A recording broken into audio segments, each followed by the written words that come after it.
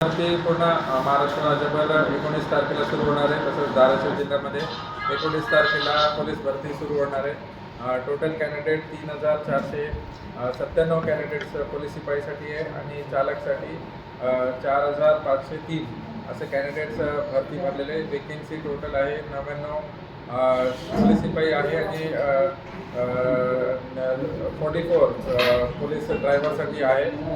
तर सगळं जे कॅन्डिडेट आहे त्यांना विनंती आहे की तुम्ही जास्त लोक इथे ग्राउंडमध्ये येऊन सहभागी व्हा.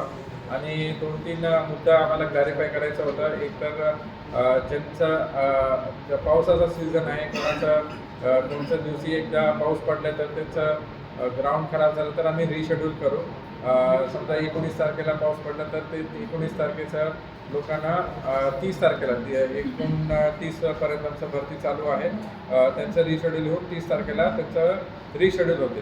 सेकंड डे कॅन्डिडेट 2 सेंटरमध्ये आहे. समजा इथं पण भरलेले राजूरला पण त्यांनी भरलेले फॉर्म, तर त्यांनी एक सेंटरला अटेंड करू शकतात आणि त्यांचं दुसरं सेंटरचं ते रिशेड्यूल होईल. तिसरं ते कोणत्याही कारणामध्ये समजा त्यांच्या घरी काही प्रॉब्लेम नाही, बस नाही भेटली, कुठेतरी पाऊस पडला तर तसं कारणामध्ये त्यांनी लेखी दिले तर आम्ही त्यांना पण रिशेड्यूल करून घेऊ. हे 3 मुद्दे होते. आणि आम्ही टेक्नॉलॉजीचा 3 वापर केलेले आहे. तर आम्ही RFID सगळ्यांना कॅन्डिडेटला देतो, जेणेकरून 100 मीटर आणि 1600 मीटर क्रायटेरियामध्ये सेन्सर असते आणि टेक्नॉलॉजीच्या मार्फत प्रत्येक सेकंदापर्यंत आम्ही पॉईंट नोट डाऊन करणार आणि आम्ही सगळ्याकडे CCTV कॅमेरा लावणार आहे. कोणाला काही शंका वाटलं तर ते अपील तिथंच होईल. कॅमेरामध्ये आम्ही त्यांना सगळं संपूर्ण दाखवून देणार. आणि तिसरं आम्ही सगळ्याकडे कॅमेराज पण ठेवलेले आहे. कुठेही कोणाला अडचणी आल्या, कोणाचं डाऊट आलं तर ते अपील करू शकतात.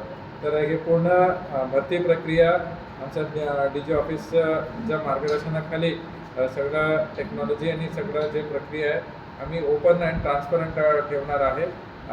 हे भरती प्रक्रियामध्ये जास्त लोक सहभागी व्हावे असं विनंती आहे. लेखी परीक्षा पण घेणार त्या संदर्भात काय? त्याच्यानंतर जे कॅन्डिडेट्स क्रायटेरिया आहे 50 मार्क आहे. लेखी परीक्षा 100 मार्क्सचं असते. तर ह्याच्यानंतर जे कॅन्डिडेट्स टॉप परफॉर्मन्स असतील, जेवढं वरती आम्हाला शासनाकडून हे येतील, कट ऑफ येतील, तिथून आम्ही कॅन्डिडेट्सला लेखी परीक्षेसाठी बोलून घेणार आहे. त्याचं डेट नेक्स्ट आता शासन जेव्हा अनाऊन्स करतील तेव्हा ते होतील. सर, अनेक डिस्ट्रिक्टमध्ये ज्यांनी ॲप्लिकेशन केले त्याच्यासाठी काय प्रोसेस? ते सांगतो की ते